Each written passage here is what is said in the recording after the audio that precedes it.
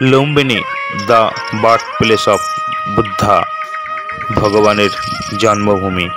আজ দেখব লুম্বিনী। তো চলুন শুরু করা যাক।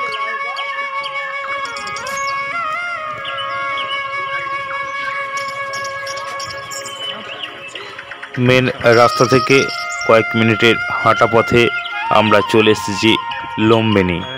লুম্বিনী বুদ্ধের জন্মভূমি। আজ ঘুরে দেখব বুদ্ধের জন্মভূমি, তাই তো এসেছি এই লুম্বিনী। প্রবেশের প্রথমেই ডান দিকে দেখতে পাচ্ছেন একটা বড় ঘন্টা টাঙানো রয়েছে। এখানে ঘন্টার ওপর কি ভাষায় কি লেখা কিছু বুঝতে পারলাম না।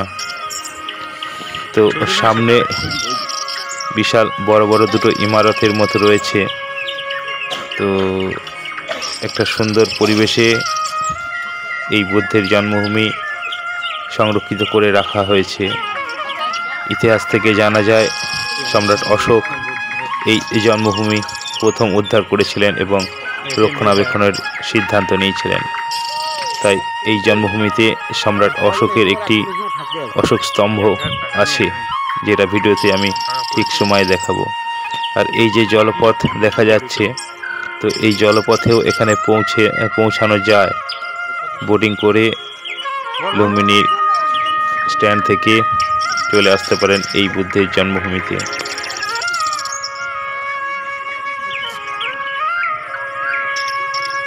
তো বুদ্ধের জন্মের এই প্রদীপ প্রজ্বলনকে সামনে রেখে আমরা যদি সামনে এগিয়ে যাই, তো এখান থেকে প্রায় কয়েকশো মিটারের হাঁটা পথ।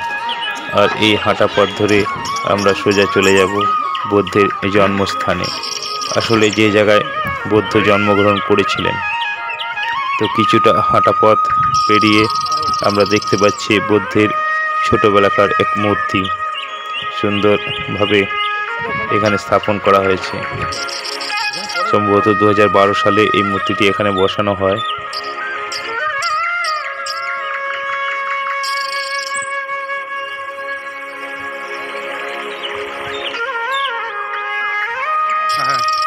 তো এই মূর্তিকে পাশে রেখে আমরা আরও সামনে এগিয়ে যেতেই পেয়ে গেলাম selfie point, Lumbini selfie zone point. এখানে সেলফি তোলার ভিড় বুঝতেই পাচ্ছেন। আর এই সেলফি জোন পয়েন্টকে দুপাশে দুটি সেলফি জোন পয়েন্টকে দু হাতে রেখে আমরা আরও সামনে এগিয়ে গেলে পেয়ে যাব আমাদের টিকিট কাউন্টার। তাই টিকিট কাউন্টারের জন্য আমরা সামনে এগিয়ে চলেছি। আমরা ঠিক পৌঁছে গেছি টিকিট কাউন্টারে। ডান দিকে আমাদের টিকিট কাউন্টার।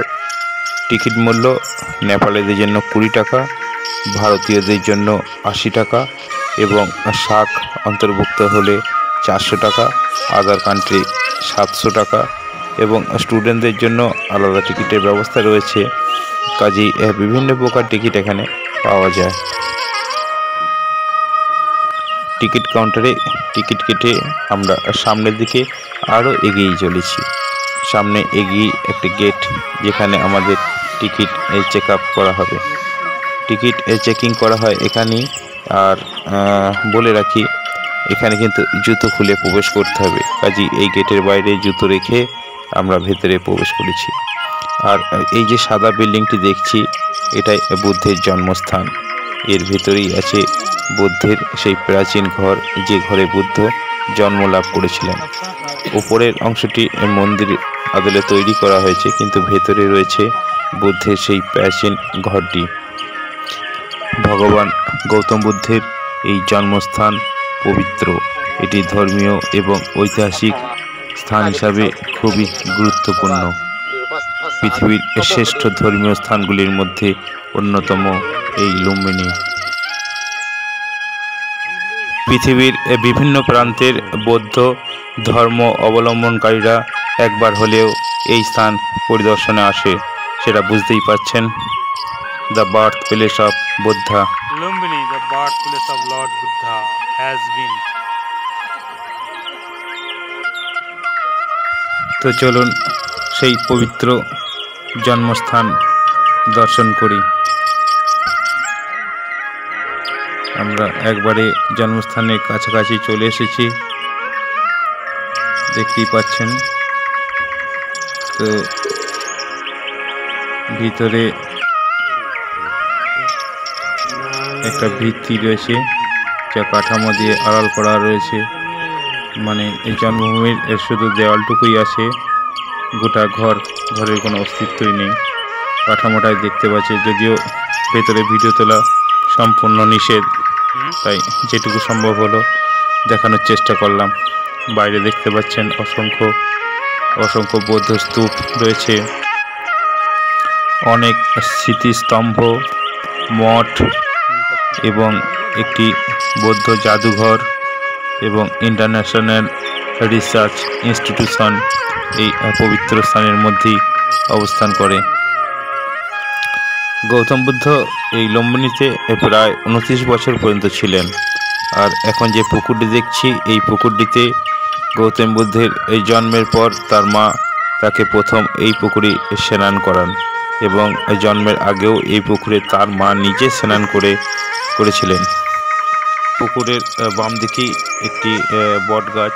আসলে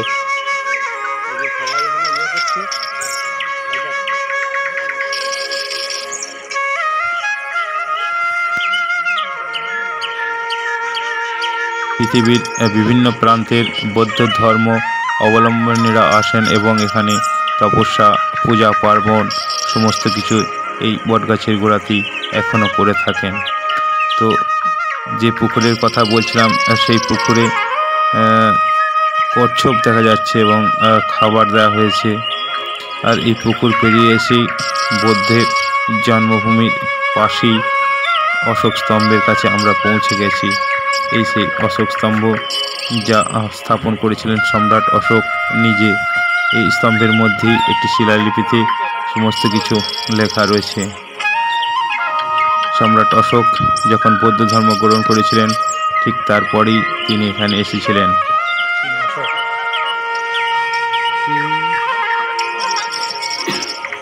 আর এই জন্মভূমিতে প্রদীপ প্রজ্বলনের সমস্ত ব্যবস্থা আছে, তাই মানুষেরা আসেন এখানে এবং বুদ্ধকে স্মরণ করে প্রত্যেকে এখানে প্রদীপ প্রজ্বলন করেন। 623 খ্রিস্টপূর্বাব্দে এই লুম্বিনীতেই ভগবান গৌতম বুদ্ধের জন্ম হয়। আর এই লুম্বিনী এখন পৃথিবীর যত ধর্মীয় স্থান আছে তার মধ্যে একটি অন্যতম। আর এই লুম্বিনী দর্শন করে কেমন লাগলো অবশ্যই জানাবেন।